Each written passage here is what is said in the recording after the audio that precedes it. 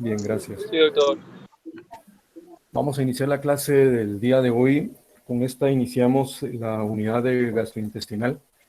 El día de hoy vamos a tocar lo que son los trastornos de hipersecreción gástrica.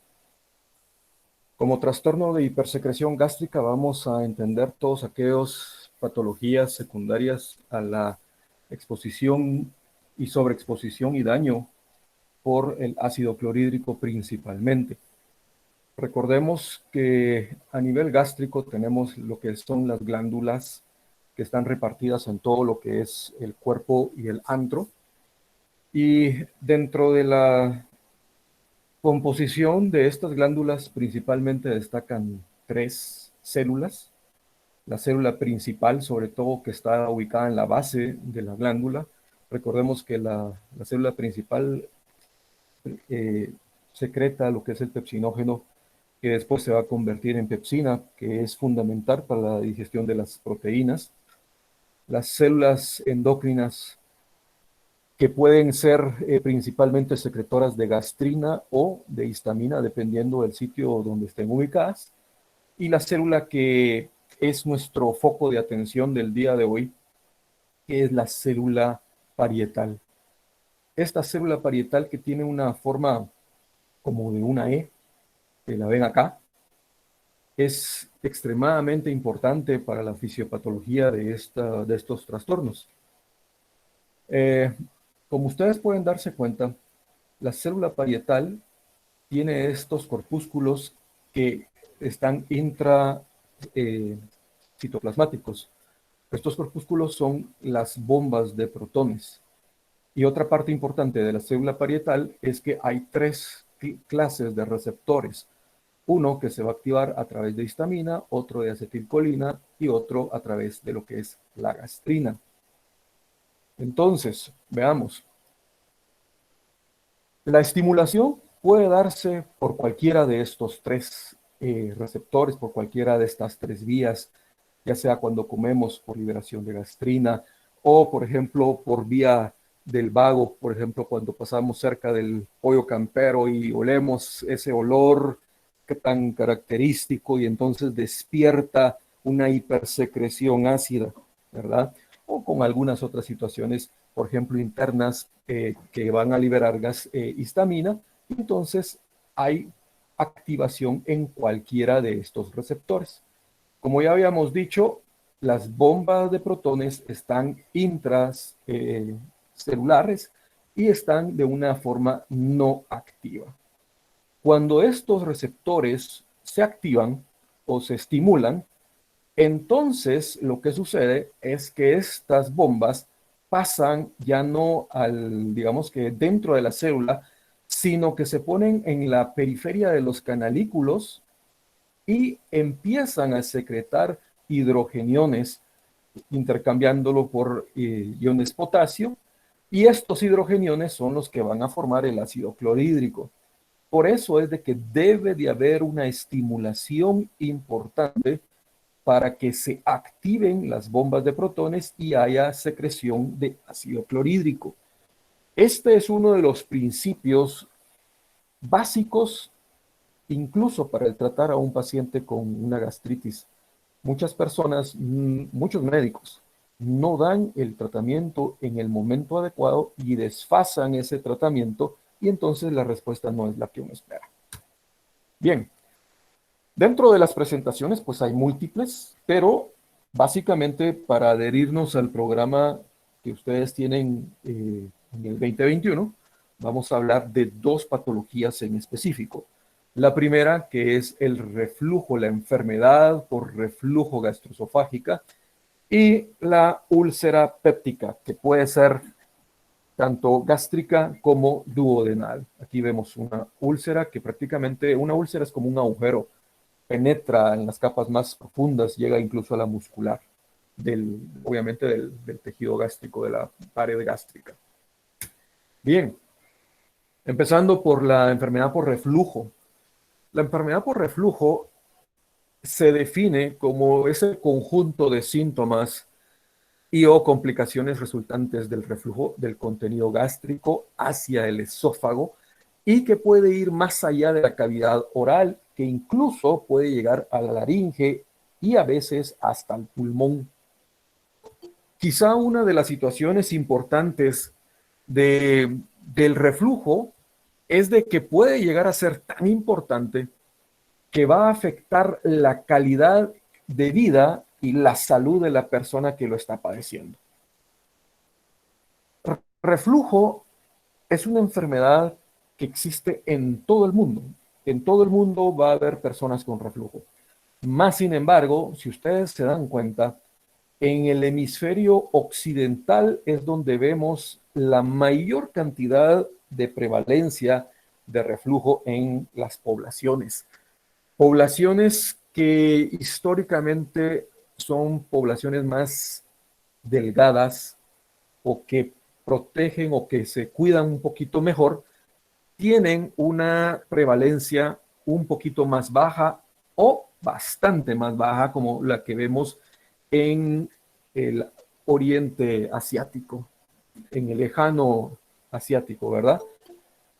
Debemos de recordar de que a nivel de reflujo, América Latina y sobre todo lo que es México es uno de los países que más prevalencia tiene de enfermedad por reflujo, y lo cual vamos a ir entendiendo conforme vayamos en la plática.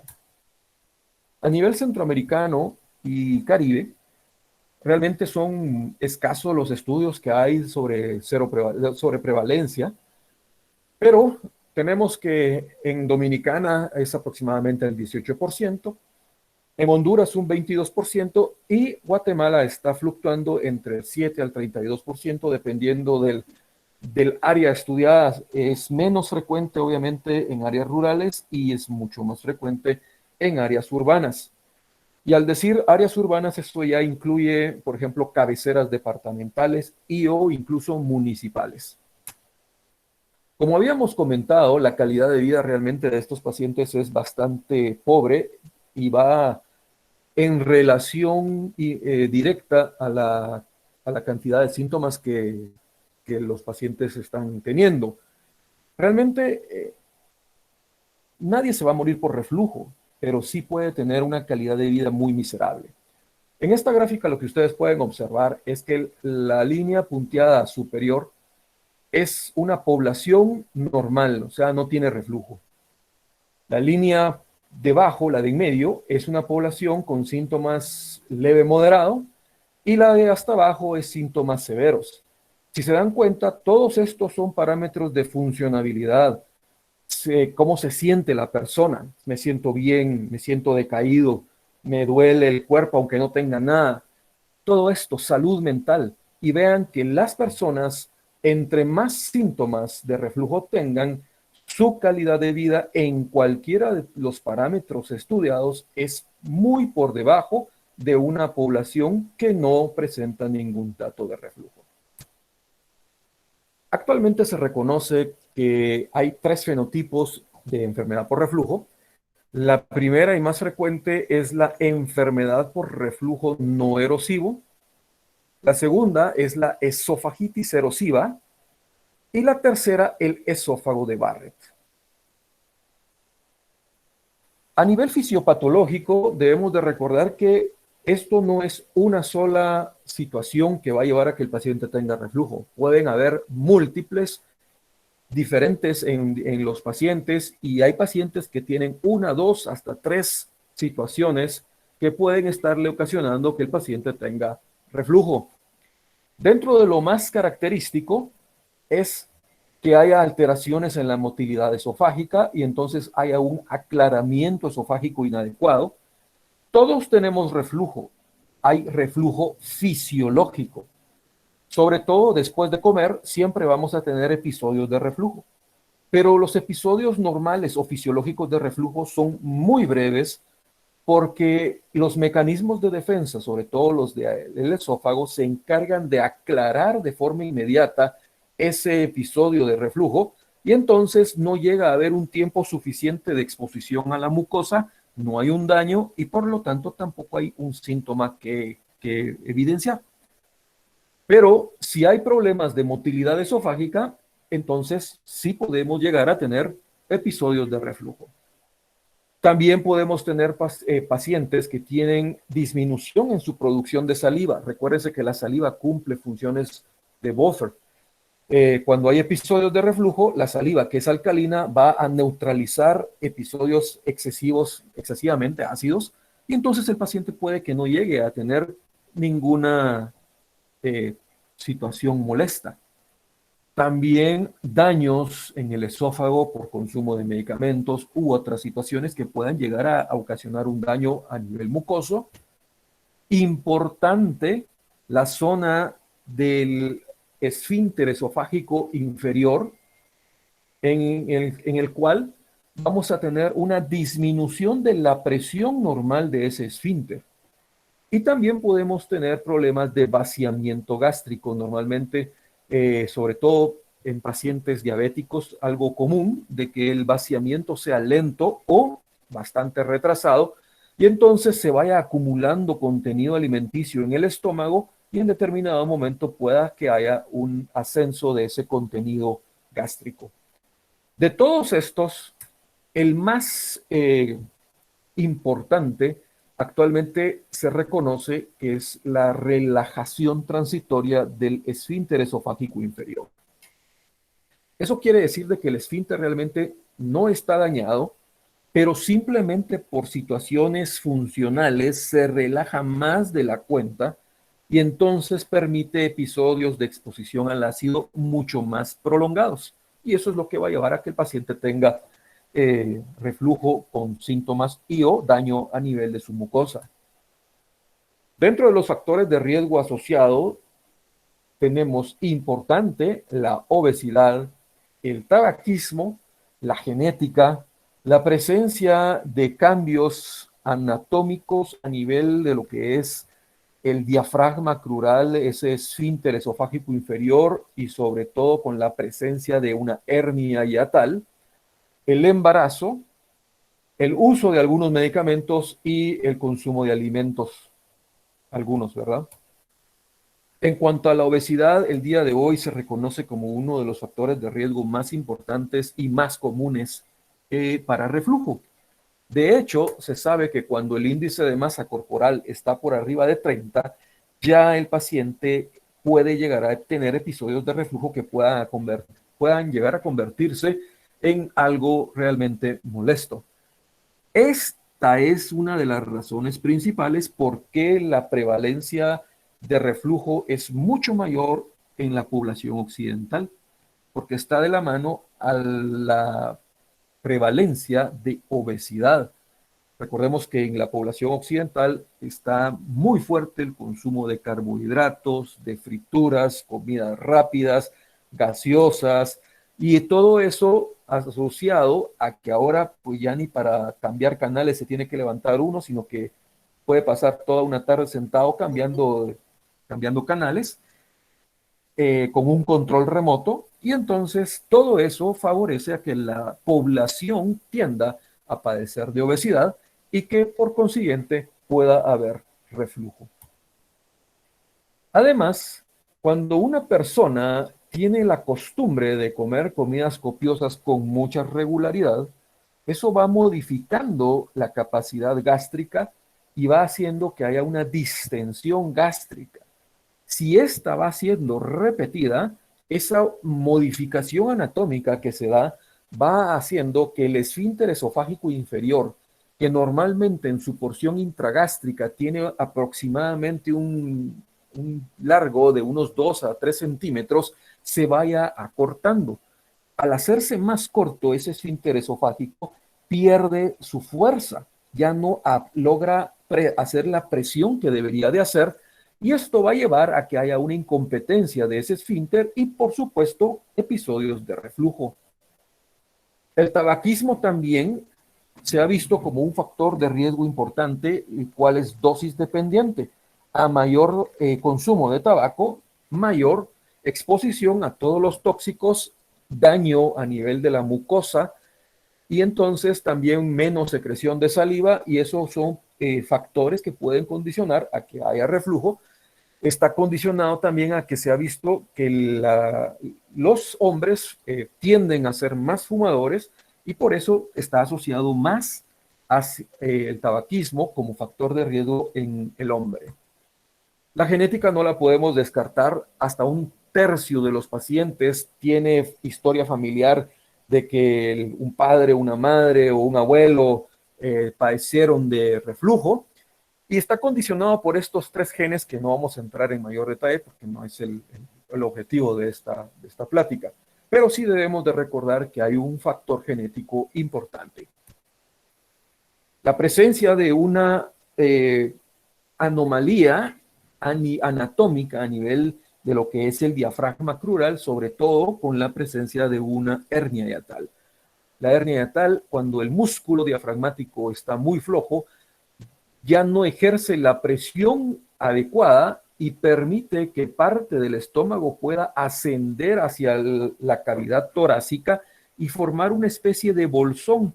Ese bolsón es la hernia hiatal y esto ya no tiene ninguna presión. Esto es un paso directo, se perdió totalmente esa capacidad de válvula regulatoria del esfínter y entonces con mucha facilidad el contenido gástrico duodenal puede ascender. Y lo vemos reflejado en esta gráfica. Vean, pacientes que no tienen daños anatómicos importantes a nivel del diafragma crural, pues prácticamente no van a padecer de reflujo, mientras que conforme hay un daño anatómico en este aspecto, una hernia, conforme más grande sea la hernia, más posibilidades hay de que el paciente llegue a tener incluso daño a nivel esofágico manifestado como una esofagitis aguda o crónica.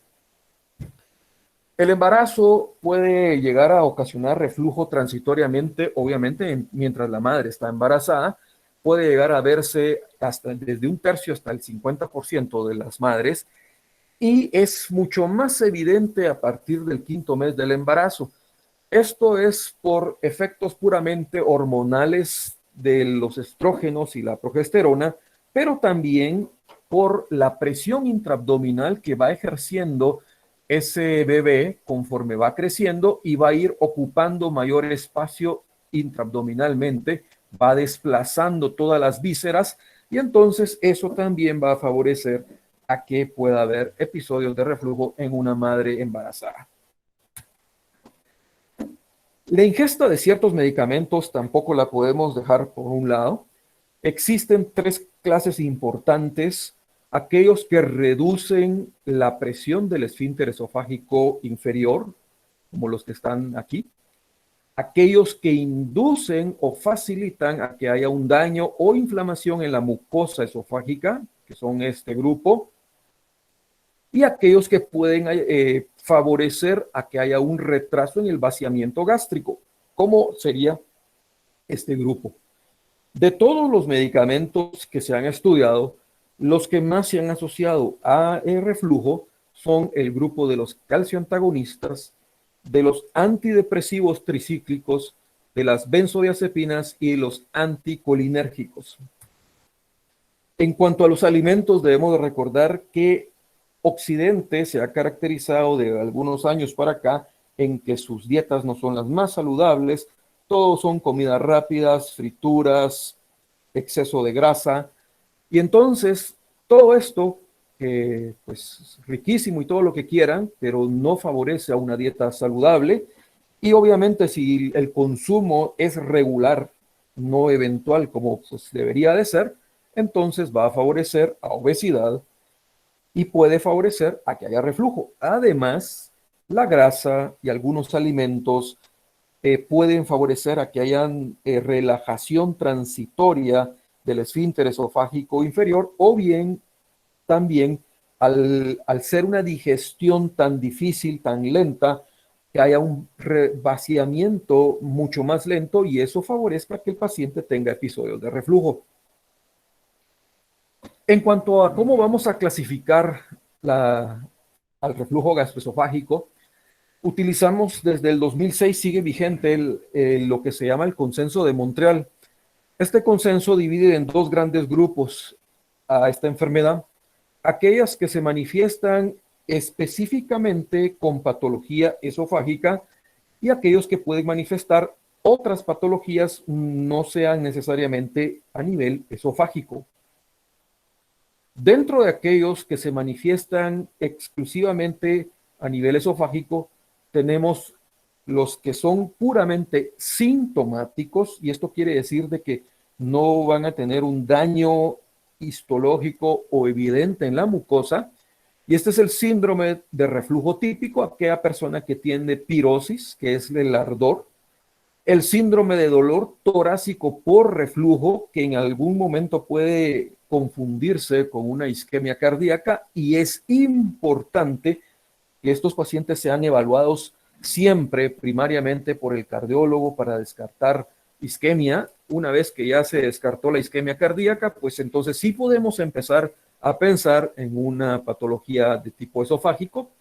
Y aquellos que tienen daño en la mucosa, como esta, que puede ser una esofagitis, esta es una esofagitis bastante severa, puede ser estenosis, esófago de Barrett o el adenocarcinoma esofágico.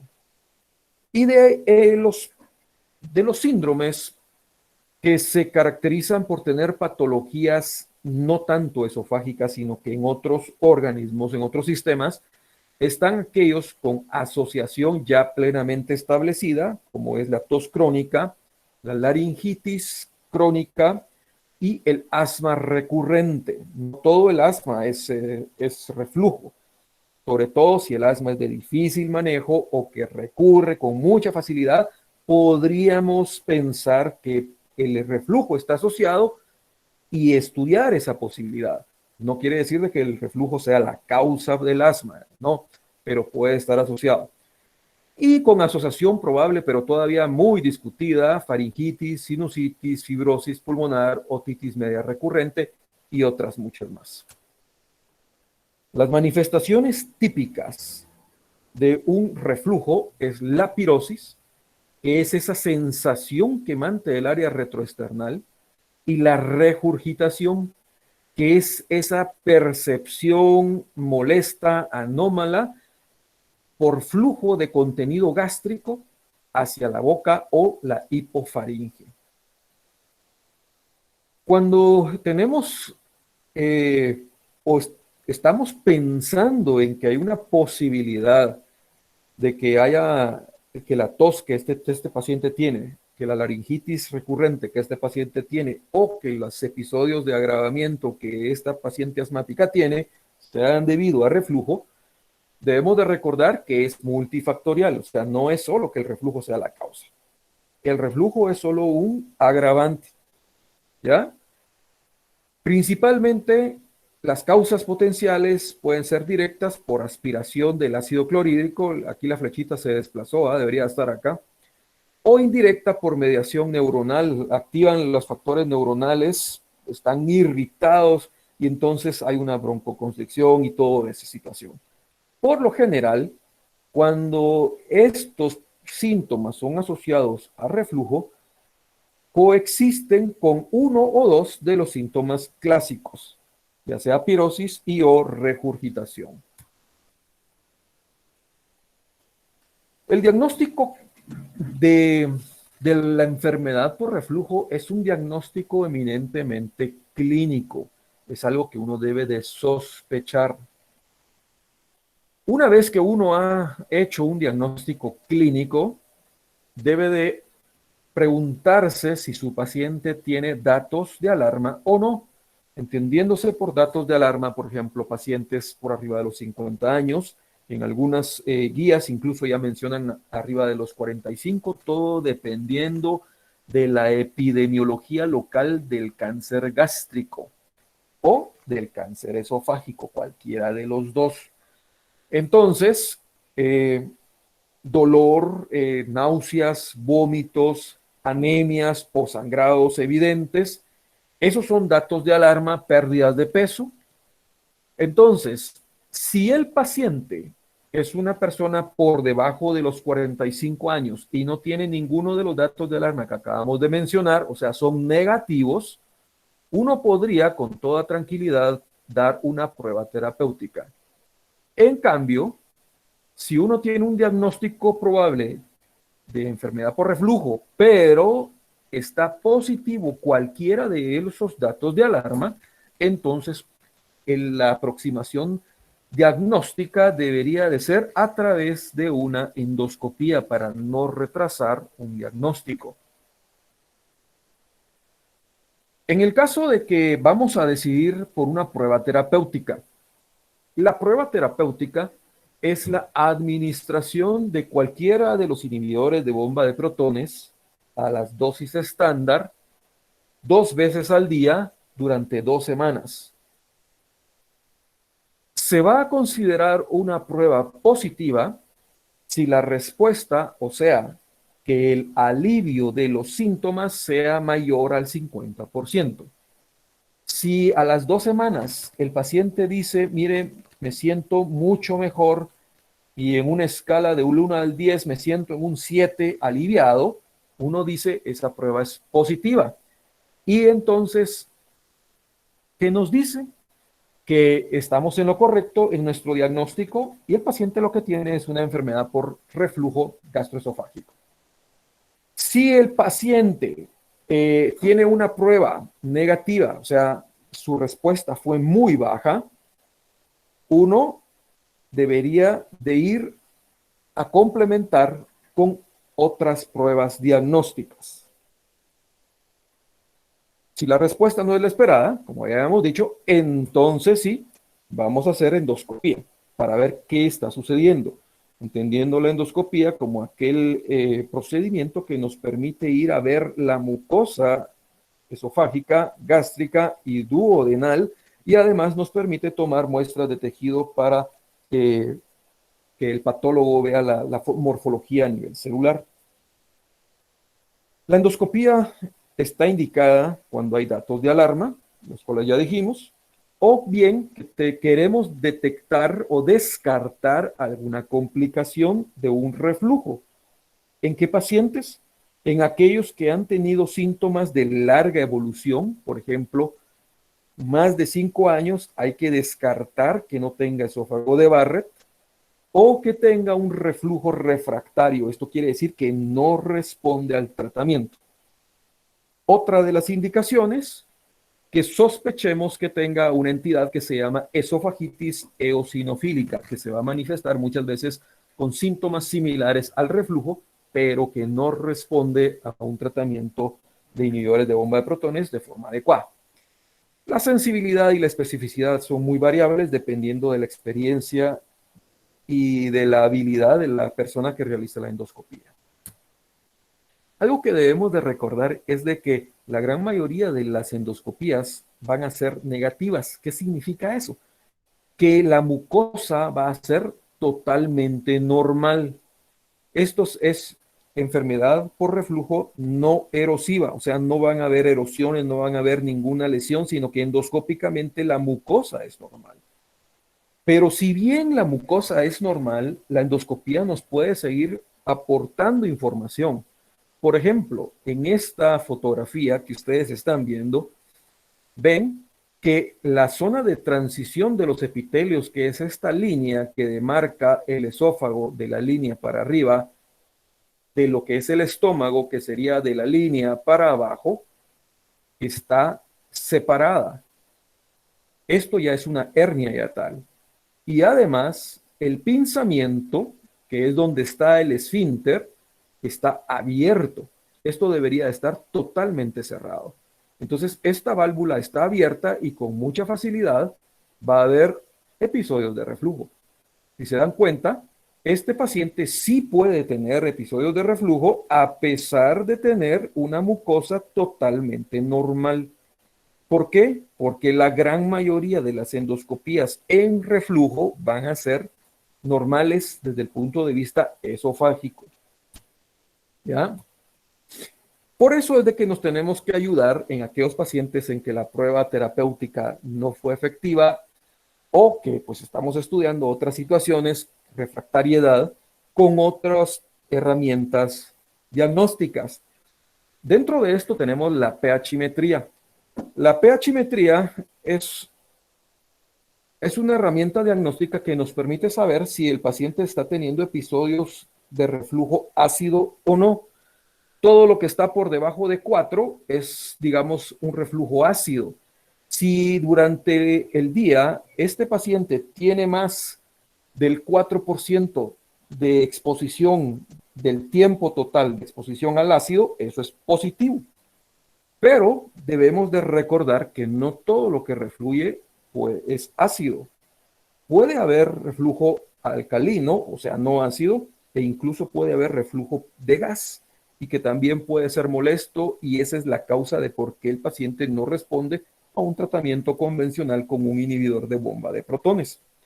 Por eso es de que entonces tenemos la pHimetría con impedancia, que sí nos permite, digamos que discernir si estamos ante un reflujo.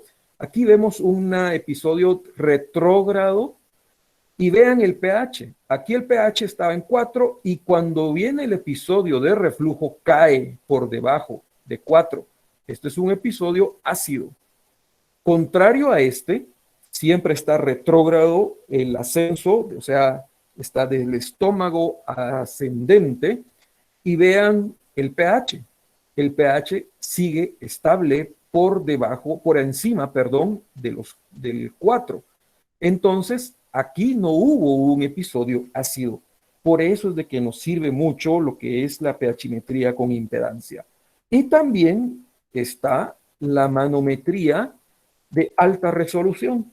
La manometría de alta resolución nos va a servir para ver topográficamente las zonas de presión, de mayor presión, donde está en rojo, a las zonas de menor presión, donde está en azul, y entonces nos va a decir cómo está el esfínter esofágico inferior, cómo está el esfínter esofágico superior, y cómo está la motilidad de ese esófago. En conjunto, estos estudios son los que nos van a ayudar a discernir si realmente estamos ante una persona que tiene reflujo gastroesofágico y que no había tenido una respuesta inicial como la que nosotros hubiéramos querido a un tratamiento adecuado.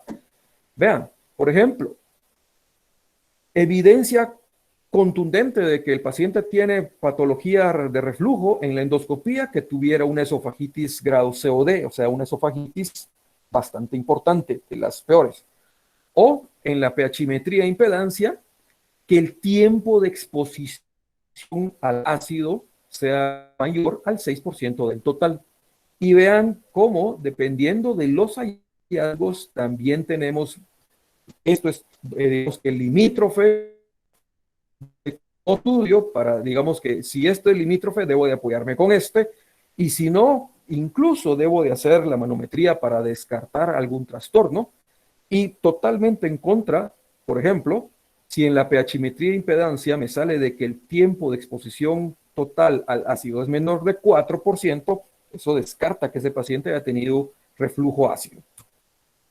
Entonces, resumiendo el tratamiento, recordemos, la gran mayoría de los pacientes o el principio del tratamiento se basa en que estamos ante un episodio de reflujo ácido, porque eso es lo más común. Y entonces, recordando la célula parietal que va a ser estimulada por la bomba de protones que van a estimular las bombas de protones para la secreción de ácido clorhídrico, hoy en día sabemos que el tratamiento de elección de un paciente con enfermedad por reflujo es un inhibidor de bomba de protones. Un inhibidor de bomba de protones a dosis convencionales a 4 semanas ofrece una tasa arriba del 80% de curación en el daño de la mucosa esofágica y en la resolución de síntomas. Y si damos, en casos necesarios, una doble dosis, podemos llegar incluso a estar cerca del 100%. Por eso es de que hoy en día el tratamiento de elección de este padecimiento es un inhibidor de bomba de protones. ¿Cuál es el momento idóneo para poder administrar un inhibidor de la bomba de protones? Normalmente una vez al día. Esa es la dosis convencional y debe de darse 30 minutos antes del desayuno. En casos selectos donde la patología es muy importante, por ejemplo, una esofagitis severa o síntomas muy importantes, muy severos, podemos optar por una doble dosis, pero siempre 30 minutos antes del desayuno la primera dosis y 30 minutos antes de la cena la segunda dosis. No sirve de nada o sirve de muy poco si la damos junto con la alimentación o después de la comida. Yo he visto pacientes que le están tomando el inhibidor de bomba como que fuera somnífero, porque se lo toman media hora antes de dormirse y cenaron 3 horas antes. Entonces, eso ya no le sirve de absolutamente nada. Esto, el darlo en este momento, asegura que la máxima concentración plasmática del medicamento coincida con el momento de máxima activación de las bombas de protones. ¿Por qué? Porque el inhibidor de bomba de protones va a inactivar aquellas bombas que están activas. Si nosotros damos un inhibidor de bomba de protones fuera de ese momento, la gran mayoría de las bombas van a estar inactivas.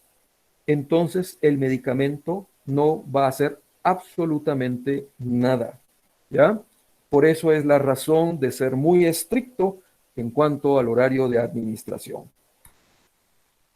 Los esquemas de tratamiento pueden ser, dependiendo de la patología de base, de la gravedad. En una enfermedad por reflujo no erosivo, dosis estándar durante 4 semanas.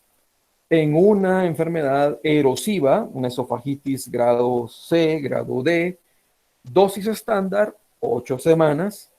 Y en patología extraesofágica, sobre todo si hay mucha manifestación laríngea, doble dosis durante 8 a 12 semanas. Es importante que nosotros le digamos a los pacientes que no esperen un milagro de que al mes ya no tenga síntomas, porque se va a desesperar, se va a frustrar y va a dejar el tratamiento, porque no son tratamientos baratos. Desde inicio, uno debe de ser muy honesto en decirle al paciente: señor, esa tos va a costar que se le quite. ¿Va a ir mejorando? Sí, pero tiene que darle chance por lo menos 2 a 3 meses para que realmente vea una mejora. Una vez que sale de la fase aguda, debemos de recordar que en principio la enfermedad por reflujo no es curable. Es una enfermedad crónica. Lo que sí puede ser es de que no la tengamos todo el tiempo presente, dependiendo mucho de factores condicionantes, de los factores que tenga el paciente y de qué tanto se cuide o no esta persona. Entonces, debe de haber un tratamiento de mantenimiento. Este tratamiento de mantenimiento no es una receta de cocina de que a todos la misma cantidad de medicina para siempre. No, debemos de individualizar nuestro tratamiento de acuerdo a la evolución clínica de nuestro paciente. Hay pacientes que van a necesitar un tratamiento continuo. Esto quiere decir una dosis de mantenimiento. La dosis de mantenimiento por lo general es la mitad de la dosis estándar, todos los días, indefinido o hasta nueva orden. Intermitente quiere decir de que el paciente deja de tomar la medicina después de las 4 o 8 semanas, dependiendo de la, digamos que de la patología que haya tenido, y cuando tenga una nueva crisis, toma durante 2 a 4 semanas, se alivia la crisis y pasa X cantidad de tiempo hasta que vuelva a tener otra crisis. O bien, hay pacientes que pueden estar a demanda.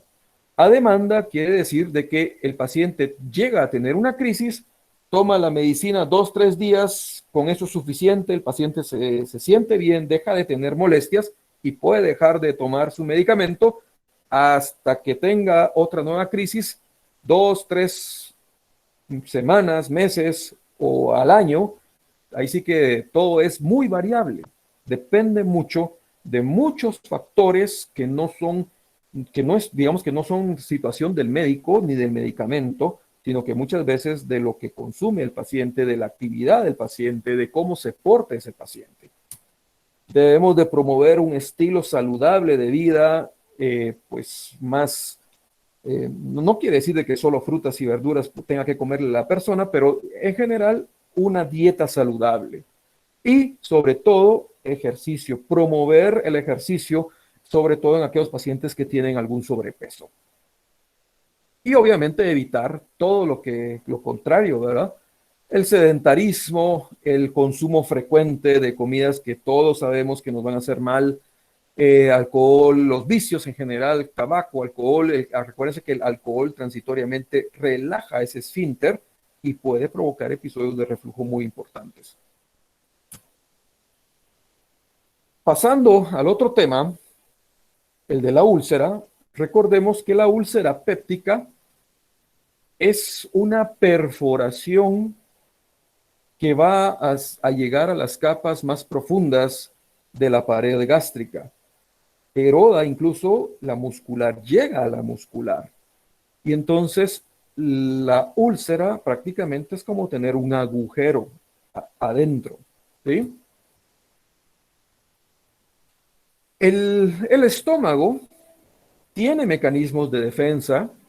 Una adecuada circulación es importante para la oxigenación y el transporte de nutrientes que mantengan saludable el epitelio, ya que ese epitelio, además de tener uniones estrechas que van a permitir, que no van a permitir que haya un paso fácil de cualquier toxina o irritante, al tener un epitelio sano, va a haber una adecuada formación de moco, de bicarbonato, y entonces eso va a provocar, a promover la formación de una capa, una pared de moco que va a tener un pH alcalino que va a separar el ácido gástrico que produce el propio estómago, y entonces eso le da cierta distancia y va a mantener la integridad de esta pared.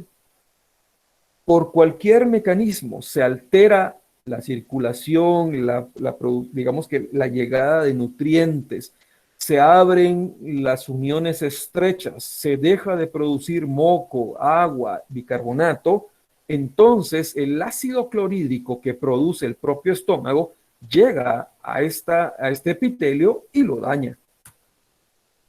Hoy en día se reconoce que los dos factores más importantes para la aparición o por la fisiopatología de una úlcera péptica es la presencia del Helicobacter pylori, la presencia activa del Helicobacter pylori y el uso de antiinflamatorios no esteroideos. Y aquí se debe de incluir a la aspirina.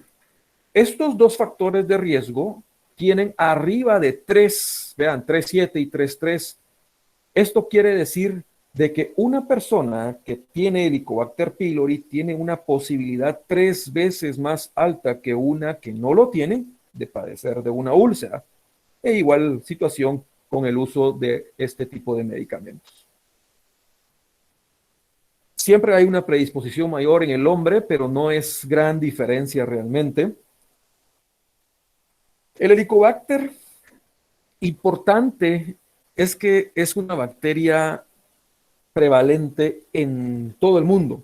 Se considera que aproximadamente el 50% en promedio de la población mundial la tiene.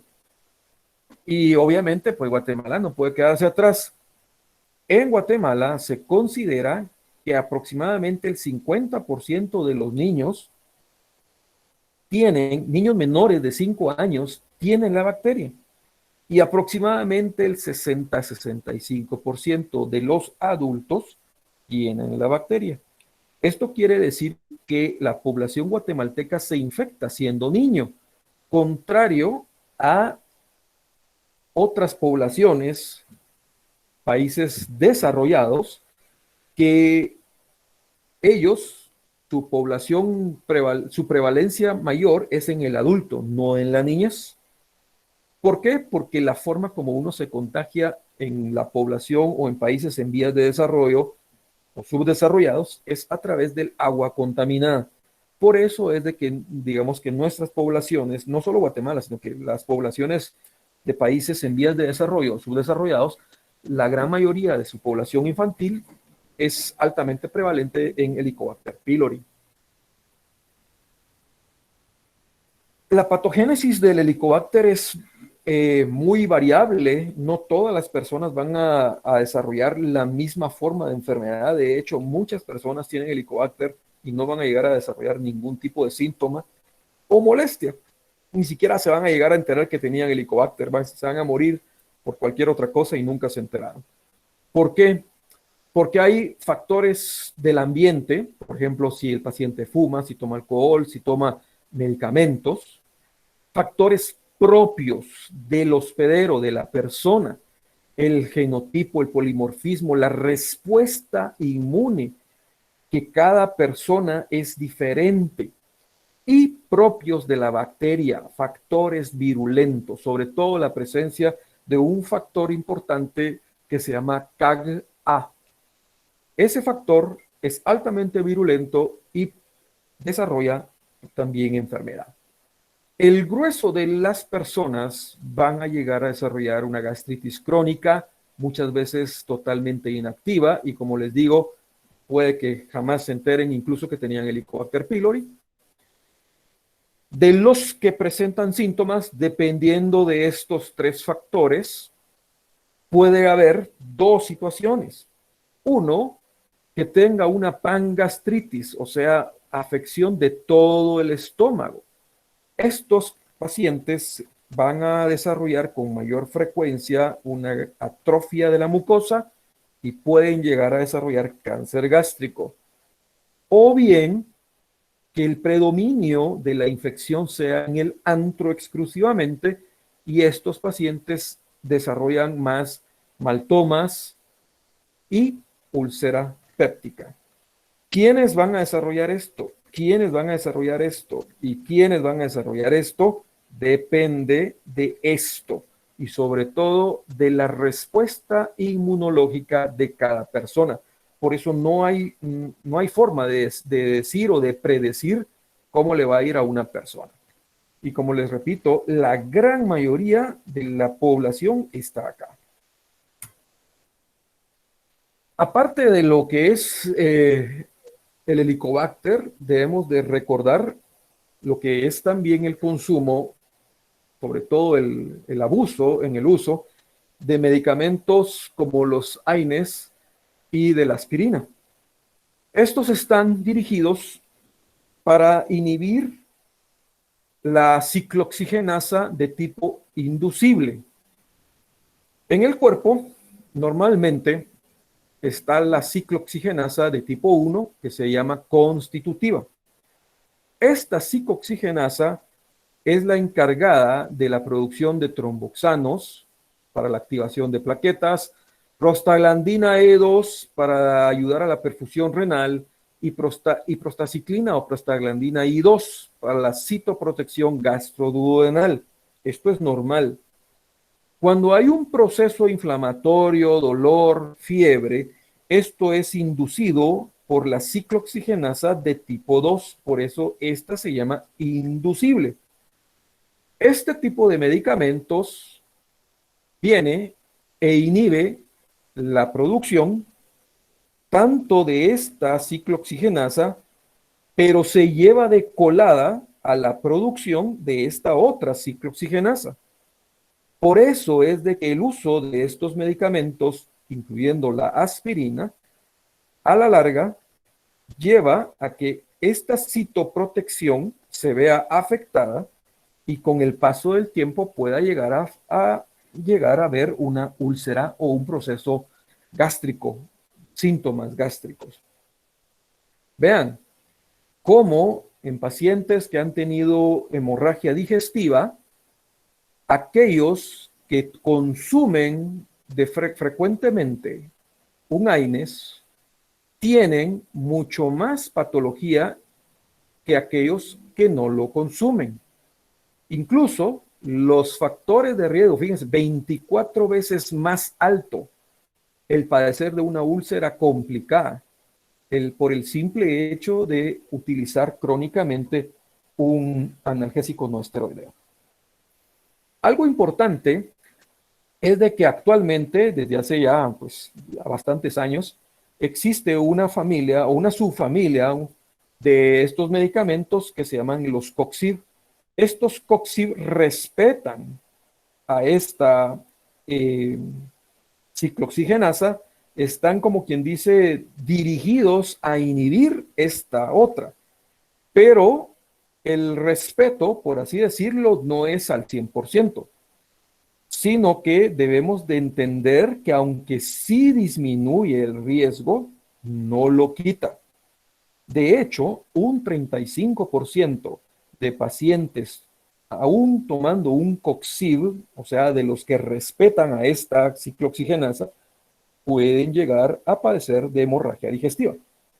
Sí, efectivamente, la disminución del riesgo es importante, pero que se quede esto grabado no lo quita al 100%. El hecho de que una persona esté tomando un COXIB no lo exime de llegar a padecer de una úlcera. Ese es el mensaje.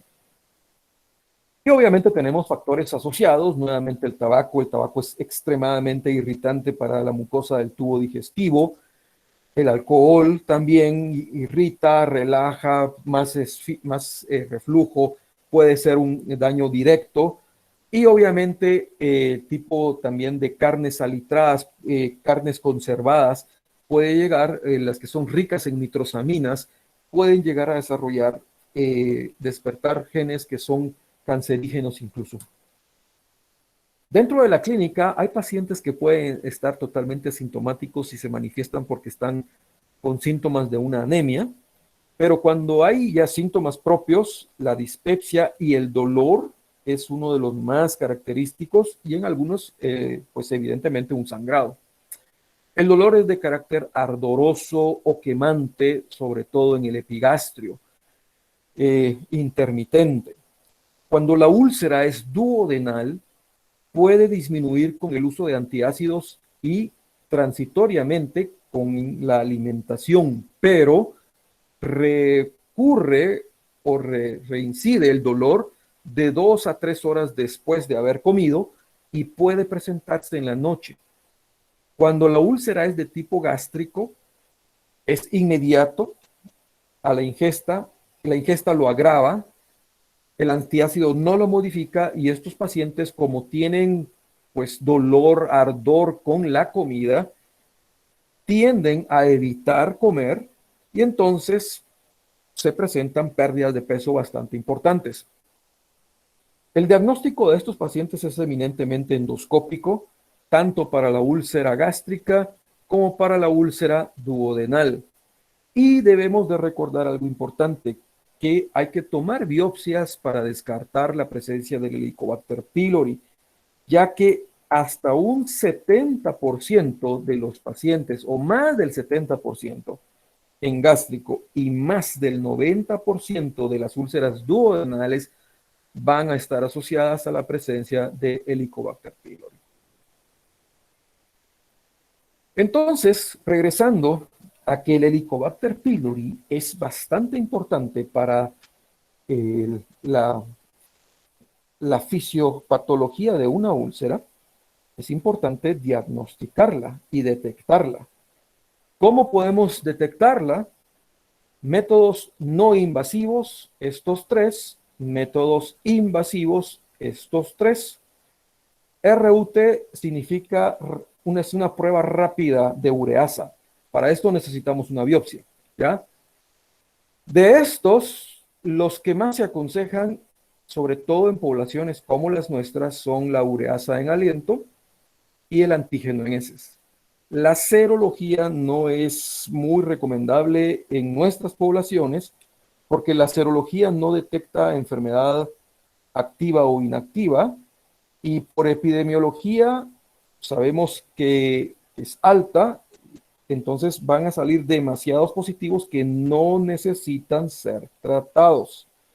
Por eso es de que las pruebas que detectan una enfermedad activa son las que deben de utilizarse. Esta es la ureasa en aliento, usa una prueba de aliento, y la presencia del antígeno en heces. ¿Cuál va a ser el tratamiento en general? Igual, un inhibidor de bomba de protones. ¿Por qué? Veamos. Antiguamente, recuerden, había la ranitidina. La ranitidina es es un antisecretor muy bueno, pero el problema de la ranitidina, que es un antagonista de los receptores de histamina, es de que su efecto no es constante, es muy inestable. Vean el efecto de la ranitidina en la pHimetría intragástrica. Este es 4, recuérdense. Nosotros tenemos, para que el tratamiento sea efectivo, nosotros tenemos que tener un pH o mantener un pH arriba de 4, idealmente 6. Esto no se logra con la ranitidina, es muy inestable. Y sobre todo porque la ranitidina tiene el efecto de taquifilaxia. Esto significa que el organismo se acostumbra con mucha facilidad al medicamento. De hecho, los estudios nos dicen que una persona que está tomando ranitidina todos los días, al séptimo día ya no le está haciendo nada y es más efecto placebo que otra cosa. Eso por una parte. Y por otra parte, importante, desde abril del 2020, la FDA retiró del mercado estadounidense a la ranitidina porque lo asoció a cáncer gástrico. En Guatemala se sigue vendiendo, pero eso no quiere decir de que nosotros no sepamos de que mejor si ya no la usamos, sobre todo si el paciente la va a estar utilizando de forma muy seguida. Es mejor ya no usarlo. En cambio, el inhibidor de bomba de protones, cualquiera que se llame, sí es mucho más estable, es mucho más potente su inhibición y vean cómo se mantiene el pH por arriba de 6 a lo largo del tiempo. Por eso es de que el inhibidor de bomba sigue siendo el tratamiento de elección en cualquier patología hipersecretora, llámese gastritis, reflujo, úlcera, Zollinger-Ellison, como quieran llamarlo. ¿Cuáles son los regímenes? Las dosis estándar, por si alguno se había preguntado cuáles eran. Omeprazol 20 miligramos, lansoprazol 30, rabeprazol 20 miligramos, pantoprazol y esomeprazol 40 miligramos. Antes del desayuno, 30 minutos. Vean, importantísimo. Dosis de mantenimiento, la mitad. Importante. Actualmente contamos en el mercado con 2 moléculas de liberación que no necesitan o ameritan este paso importante de los 30 minutos. Uno es el dexlansoprazol, que tiene un mecanismo de liberación dual y por lo tanto va liberando en 2 picos diferentes, en 2 momentos diferentes el medicamento, y eso permite de que la inhibición sea bastante adecuada. El único problema es de que digamos que la inhibición va a tardar un poco, no es muy bueno para procesos agudos, sí lo es para mantenimiento. Y la otra está el inhibidor de bomba de protones, llámese omeprazol o esomeprazol, que es el que está en el mercado guatemalteco. Bueno, de hecho ya están los dos. Más la combinación de bicarbonato. No importa la hora en que se dé, el bicarbonato es una molécula que lo que hace es que estimula las células de gastrina, y la gastrina, pues como ustedes recordarán en el dibujo de la célula parietal, va a estimular a que se activen estas células, a estas bombas de protones, y entonces el medicamento va a ser efectivo. Entonces, estos son los que se salen de la regla, que sí se pueden dar en cualquier momento, pero si ustedes utilizan cualquiera de estos, sí debe de ser estricta la regla de los 30 minutos antes del desayuno o 30 minutos antes de la cena si van a dar una doble dosis, ¿verdad? Y otra cosa, den medicamentos de buena calidad, ¿verdad? Independiente de la marca, como le quieran llamar, pero por lo menos que ustedes confíen en la calidad del medicamento. El mercado guatemalteco está atorado de inhibidores de bomba de protones y el 90% de ellos no sirven. Por eso es de que los pacientes no se curan. En cuanto al tratamiento del Helicobacter, es un tratamiento que ha cambiado durante el tiempo. Empezó 21 días, después se redujo 14, después dijeron 10, incluso hubo estudios de 7 y hasta estudios de 5. El problema es de que el uso indiscriminado de antibióticos ha hecho que las resistencias crezcan de la bacteria hacia los componentes de los diferentes regímenes terapéuticos. Y entonces hemos ido retrocediendo, pasamos a 10 días de tratamiento y actualmente se reconoce de que en 10 ya no es suficiente, ahora son 14 días. Eso es lo que actualmente se recomienda.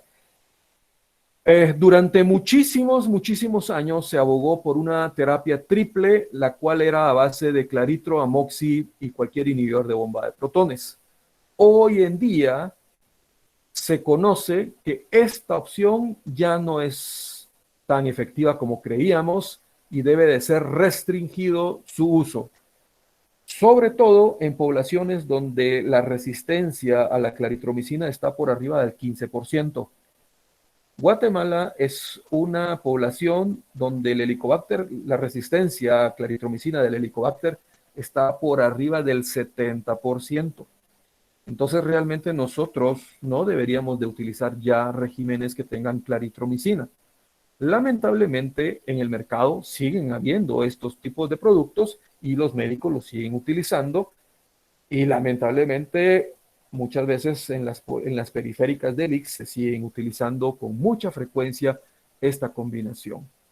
Hoy en día, pues una de las combinaciones que más se utilizan es la de un inhibidor de bomba de protones a dosis doble, más amoxicilina levofloxacina. Esa es una de las recomendaciones, pero también se aboga por la terapia cuádruple con el uso de bismuto. Terapia cuádruple, cualquier antibiótico de los que ustedes más utilicen, que puede ser tetra.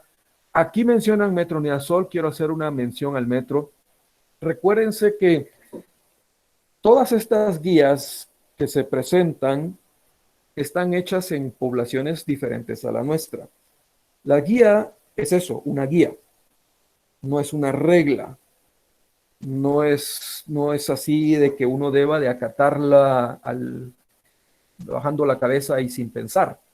Uno debe de adaptar y regionalizar las guías a su entorno. En Guatemala, la resistencia al metronidazol en algunas poblaciones es bastante elevada. Entonces, tampoco les recomendaría yo utilizar metronidazol de primera. Aquí o utilizamos una terapia cuádruple o esta combinación. Y finalmente, ¿qué pasa cuando el paciente necesita tomar un AINES? Pacientes que tienen enfermedades reumatológicas que van a utilizar AINES por años. Pues estos pacientes, algo importante es de que estos pacientes antes de empezar el tratamiento uno debería de tamizarlos para Helicobacter y si son positivos erradicarlos porque le estarían quitando un factor de riesgo. Ese es uno. Otra situación es evaluar el riesgo de sangrado digestivo.